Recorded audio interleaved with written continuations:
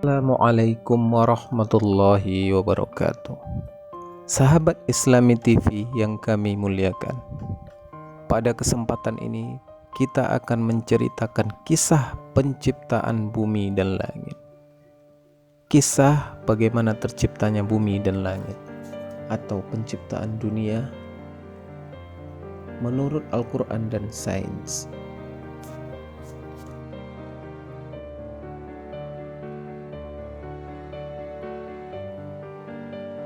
Semua sistem kepercayaan di dunia bisa dibilang memiliki kisah penciptaannya masing-masing.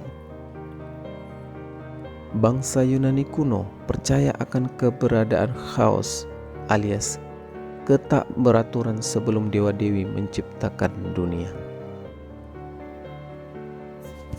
Misalnya, bangsa Sumeria dan Mesopotamia meyakini keterlibatan makhluk-makhluk luar angkasa dalam penciptaan manusia. Suku-suku di Mapi, Papua meyakini keberadaan Seifafu yang membentuk dunia dan pikirannya, dan lain sebagainya. Nah, bagaimana kisah asal muasal ini di dalam Islam? Walaupun tak disampaikan dalam satu ayat atau surah secara kronologis. Sebenarnya, Al-Quran punya konsep yang unik soal penciptaan. Dalam artian, ia bukan sekedar kelanjutan dari mitologi.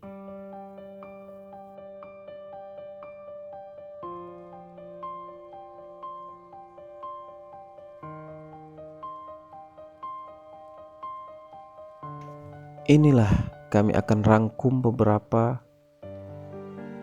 tentang penciptaan dunia secara Al-Quran dan sains. Bahwasanya langit dan bumi itu keduanya dahulu adalah sesuatu yang padu. Kemudian kami pisahkan antara keduanya. Quran Surat Al-Anbiya ayat 30. Konsep pertama ini jelas. Penciptaan alam semesta dimulai dari pemisahan zat tunggal yang nantinya jadi alam semesta. Sejumlah terjemahan Inggris menggunakan unwoven dan unravel untuk kata memisahkan, artinya ia seperti benang yang diurai dari satu kain. Ilmu astronomi modern belakangan mengkonfirmasi proses ini dengan teori ledakan besar alias Big Bang, bahwa alam semesta bermula dari ledakan satu noktah kecil dengan massa yang luar biasa besar, sekitar 15 miliar tahun lalu. Kemudian, dia menuju kepada penciptaan langit dan langit itu masih merupakan asap. Lalu dia berkata kepadanya dan kepada bumi, "Datanglah kamu keduanya menurut perintahku dengan suka hati atau terpaksa." Keduanya menjawab, "Kami datang dengan suka hati." Quran Surat Al-Fussilat ayat 11. Al-Quran menyampaikan setelah mula penciptaan ada kalanya langit masih berupa asap yang kemudian dikumpulkan oleh Allah jadi benda-benda langit seperti sekarang. Astronomi modern meyakini pada bentuk awal alam semesta sekitar 100.000 tahun setelah ledakan pertama.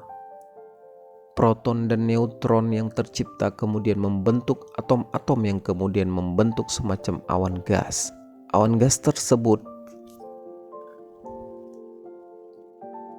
kemudian terkonsolidasi menjadi bintang-bintang serta galaksi-galaksi dan kemudian planet-planet serta benda-benda langit lainnya.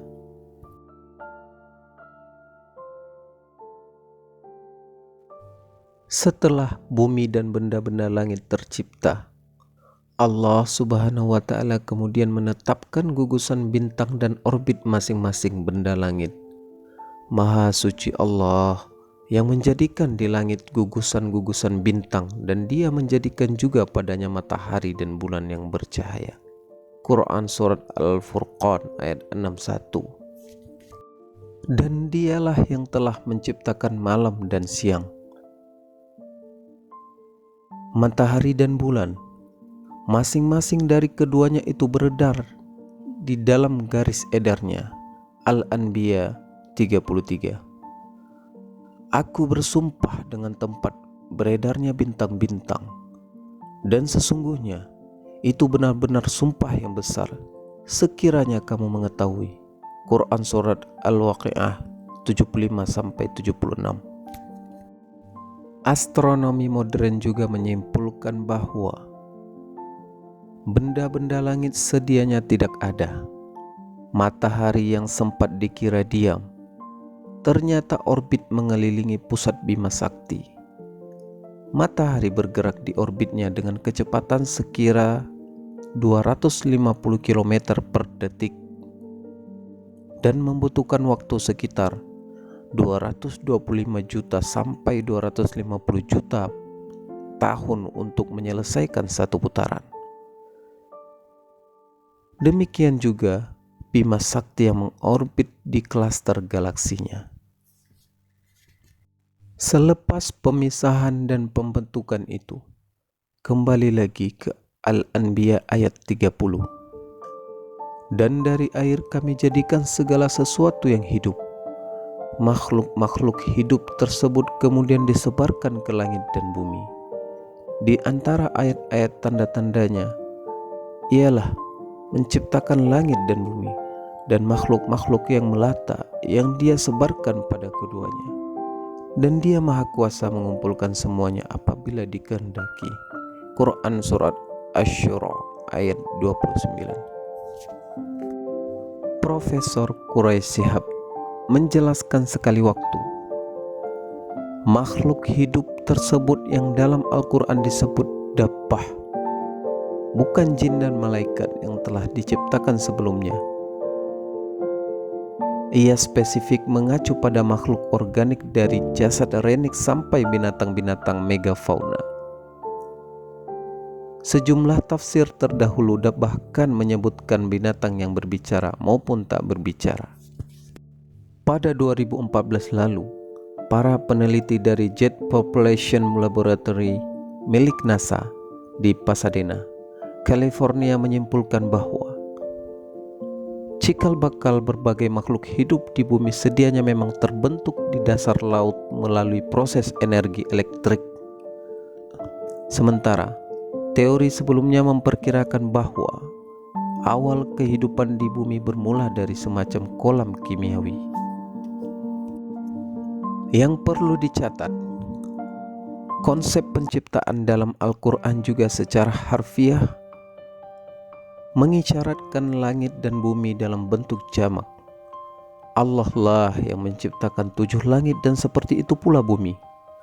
Perintah Allah berlaku padanya agar kamu mengetahui bahwasanya Allah Maha Kuasa atas segala sesuatu, dan sesungguhnya Allah ilmunya benar-benar meliputi segala sesuatu. Quran Surat At-Talaq ayat 12. Angka 7 disepakati para ahli tafsir melambangkan jumlah yang banyak.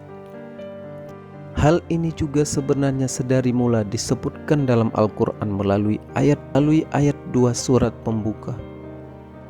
Alhamdulillahi Rabbil Alamin, yang artinya sebenarnya lebih mendekati segala puji bagi Tuhan semua dunia-dunia, alih-alih seperti dalam terjemahan Indonesia segala puji bagi Allah Tuhan alam semesta. Sejak teori fisika kuantum ditemukan pada 1970-an, teori dunia yang banyak ini alias multiverse kian mendapat tempat di kalangan para ilmuwan. Teleskop Kepler milik Amerika Serikat juga telah mengkonfirmasi keberadaan ribuan planet di luar tata surya. Sebagian di antaranya disebut memiliki kondisi mirip bumi yang mungkin bisa menopang kehidupan.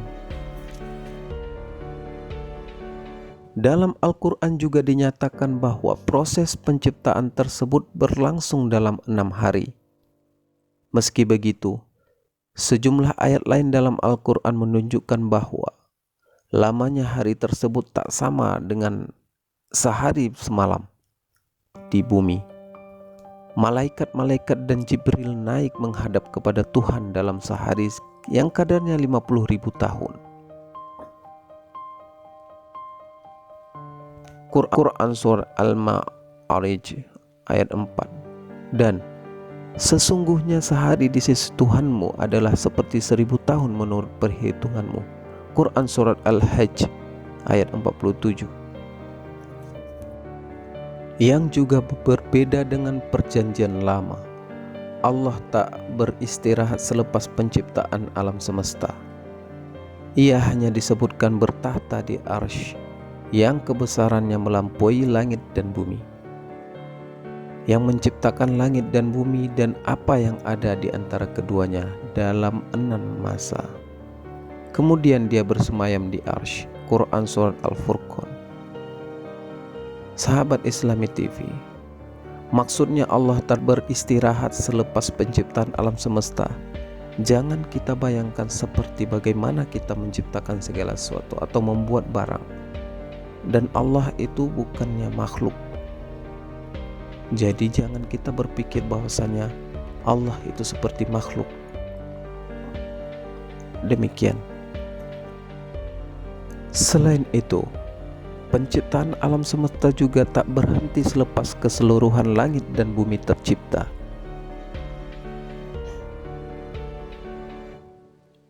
Dan langit itu kami bangun dengan kekuasaan kami, dan sesungguhnya kami benar-benar meluaskannya. Quran Surat Az-Zariyat ayat 47. Sudah banyak diyakini para ilmuwan, terciptanya alam semesta memang bukan proses yang sudah berhenti. Galaksi dan bintang-bintang masih terus bergerak meluas. Sementara bumi juga sudah berapa kali mengalami pembaruan melalui kiamat-kiamat yang merujuk para ilmuwan sedikit 5 kali telah terjadi, yaitu pada hari ketika bumi diganti dengan bumi yang lain, dan demikian pula langit. Dan mereka semuanya di padang mahsyar berkumpul menghadap kehadirat Allah Subhanahu wa Ta'ala yang Maha Esa dan lagi Maha Perkasa.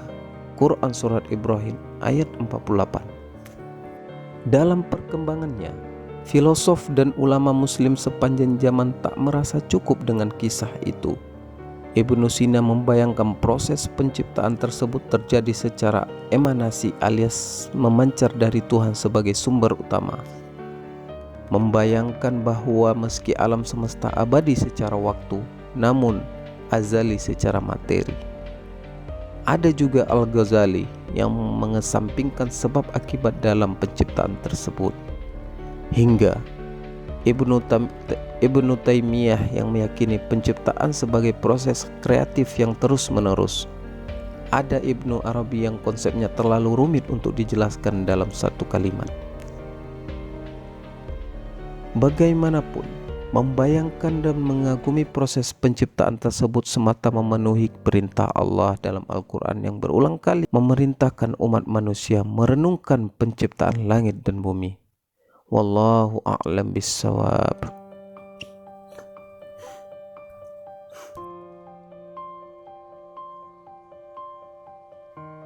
Maka dari itu para pemirsa Islami TV yang kami muliakan, segala sesuatu yang kita lihat dan kita raba secara nyata, yang kita pegang, yang kita lihat dengan mata kepala, yang kita rasakan dengan panca indera, segala sesuatu adalah ciptaan Allah Subhanahu wa Ta'ala. Berkali-kali Al-Quran mengingatkan kita untuk merenungkan penciptaan langit dan bumi dan apa-apa yang bisa kita lihat. Itu adalah tanda-tanda kebesaran. Itulah tanda-tanda kebesaran Allah Subhanahu wa Ta'ala. Sungguh manusia sangat merugi bagi orang yang tidak menyadari kebesaran Allah Subhanahu wa Ta'ala. Wallahu a'lam bissawab.